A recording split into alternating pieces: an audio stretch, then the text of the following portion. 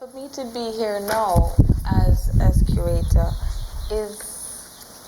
it's easy for me, but it's difficult for my staff because I'm looking at it from more of a personal level than of an official level, because there's certain things that have to be perfect for me, because this is how I know from my mother's point of view. Then I say, listen, if there's a gentleman here, it's different. The gentleman doesn't keep a place as tidy as a woman does. So therefore, this has to be perfect. The garden has to be perfect. Everything has to be perfect. So it's difficult for my staff really to get along. We get along, but it's a lot of work for them to do. So welcome to the museum. I'm Corinne. I'm going to be your tour guide. Your tour starts here, goes right around this building, and then we'll go inside. Now these murals here, they were done by a very close associate of Bob. This first one here shows Bob Marley as a family man. He was then living in Trenchtown. He got married at the age of 19 to his wife, Rita Anderson. From that union, they produced a basket of talents. The Sharon, Ziggy, Sidella, and Steve. And these are the children that have formed their own group, known as the Melody Makers, and they have 2 current hits to their credit. Now over here, this was an historical event in Jamaica and also in the life of Bob Marley. The occasion was the One Love Peace concert. Bob, he did this concert in 1978 after he had returned from exile after an attempt was made on his life. He did this concert to show his countrymen that he still loved them and to bring peace between both political parties. The cuts and bruises on the faces of the people, that was depicting the political violence that was in the society at the time. And during the concert, in one of his songs, Natural Mystic, he invited both political leaders, Michael Manley in the red and Edward Seag in the green, to join hands in unity in peace between both political parties. Now over here in the third illustration, these are the original Wailers here in the forefront before they had accepted their Rastafarian fate. And this was known as the Ska era or the Rude Boy era. From left to right, we have Bunny Wailer, Bob Marley, and Peter Tosh. They are later in the background as they accepted their Rastafarian fate. You mentioned to me before with the wax statues that you want to eventually put the other Wailers in there too. Some people might ask maybe why Bunny and Peter don't have more of a place within the museum. What is your feeling about that? Bunny and Peter are part of the Wailers. They'll always be, as far as we're concerned. And when I say we, I mean our family is concerned. They'll always be, and they'll always be remembered of such. And they'll always be loved as such. I cannot actually say why they don't have anything to show for their important role as a part of the Wailers. I can't say why they don't, but I would love to one day include them in the museum. I was in Jamaica 2 months ago and I got to the Bob Marley Museum. I never see much information about the other Wailers. How the museum? Them did invite the man to be a part of that. Well, I know that the Bob Marley Museum is built already in the hearts and minds of all individuals who have been, listening to Bob Marley, who has been resurrected because of Bob Marley. So that's museum enough for I don't know about the next one. And where I analyze the Wailers is concerned, you couldn't have a Bob Marley without the Wailers. Couldn't have a Bunny Wailer without the Wailers. You couldn't have a Peter Tosh without the Wailers. Because from the Wailers, every individual exists. Substance of the Wailers. You know what I mean?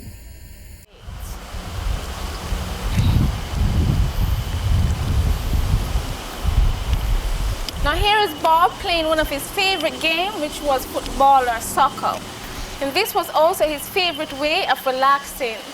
On his t-shirt, the words Tough Gong, that was his original recording label. He said he was a tough guy. Gongs means singing bird. In the background, that was his original house, which is now the museum behind you. Now these policemen here had guarded this house when he was shot. He was shot in 1976 prior to one of his concerts, Smile Jamaica. This was the day of the concert, and they were here reasoning with him to find out exactly what would be happening on that day. Now that's the legendary Georgie that he sings about in one of his songs, No Woman, No Cry. Georgie, who would cook cornmeal porridge and kept the fire lit during the night. Georgie is a real person, and he lives at the back of these premises here today. Now over here, this is Bob doing one of his last concerts in Madison Square Gardens along with the Wailers and the I-Trees. The large head of Selassie in the background, that was one of his many backdrops which he usually took on tours with him.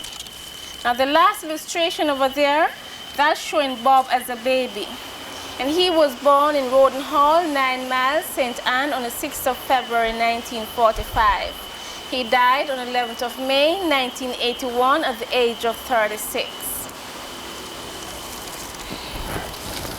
Now the book over here is showing some popular patriots of music who was then performing in the early 60s when Bob had just started his singing career. And some of these are still performing, and they have evolved with the music from ska, menta to now popular reggae.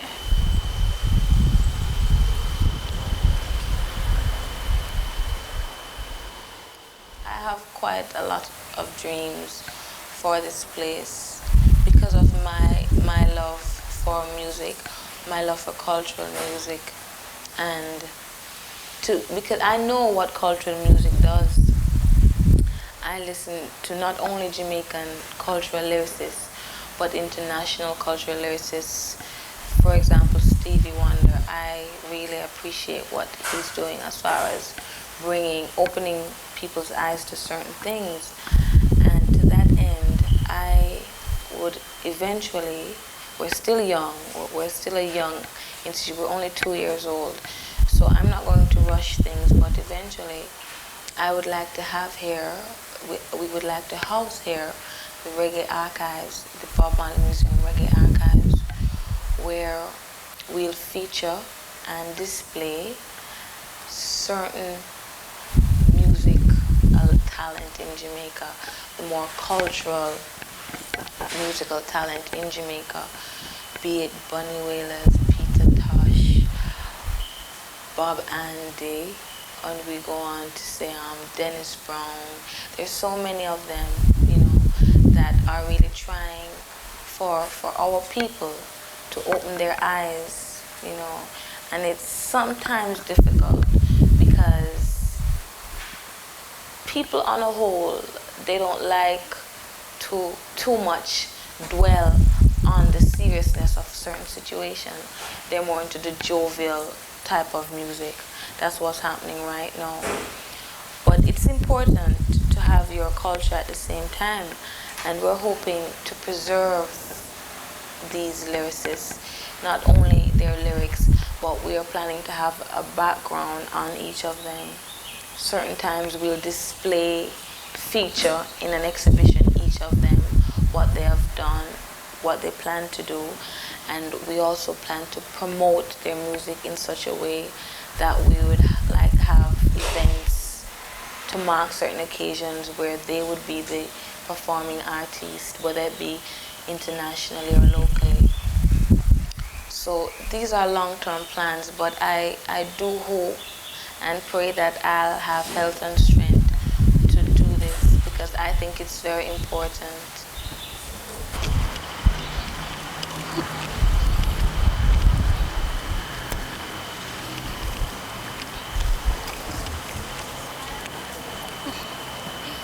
Now this is a herbal garden over here, and this was also planted by Sister Rita. And these are showing some of nature's healing plants that we have here in Jamaica. Now the fever grass here is good for fever and colds boiled in tea form. The comfrey and the leaf of life are both used in teas as a form of cough mixture. Tuna is used for washing the hair. The peppermint here is used to make teas for the stomach, and also liqueurs creme de menthe. French thyme is used for flavoring soup, and the ginger is a means of preservative. The fig tree there was planted in memory of two of the Wailers who were shot and killed, Colton Barrett and Peter Tosh. The bark of the tree can be used for broken bones and sprained ankles. The balsam or basamine that is used to flavor soups and teas. Rice bitters is used to cleanse the whole system of colds. Aloe vera or Cinca Bible, this is used in soap, shampoos or conditioners. And the color mint here is used in ordinary mint teas.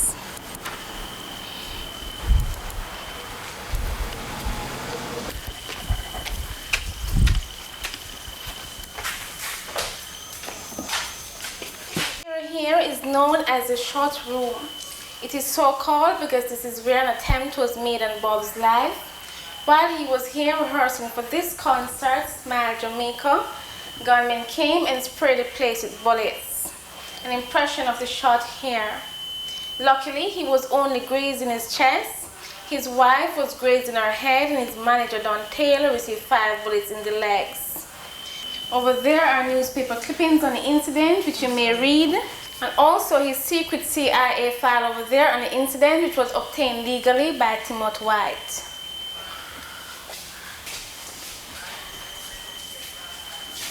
Now here is another impression of the shot. And there are several others that are covered in the refurbishing of this building. At that time, here was a passage.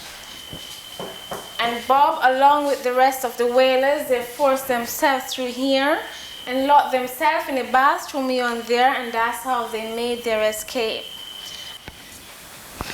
I didn't actually live here. You know, this was where Bob hung out with his brethren. You know, this was more of a cool out place for Bob, where he'd come and they'd play their ball, they'd make their juice, they'd bake their whole wheat bread and, you know, chant and write songs. And we'd just be here like on our way from school, we'd stop by and, you know, we'd run up and down. And so it brings back good memories, you know, sometimes sad memories, but the good and the bad comes together, so you just have to learn to live with it. Next Strong.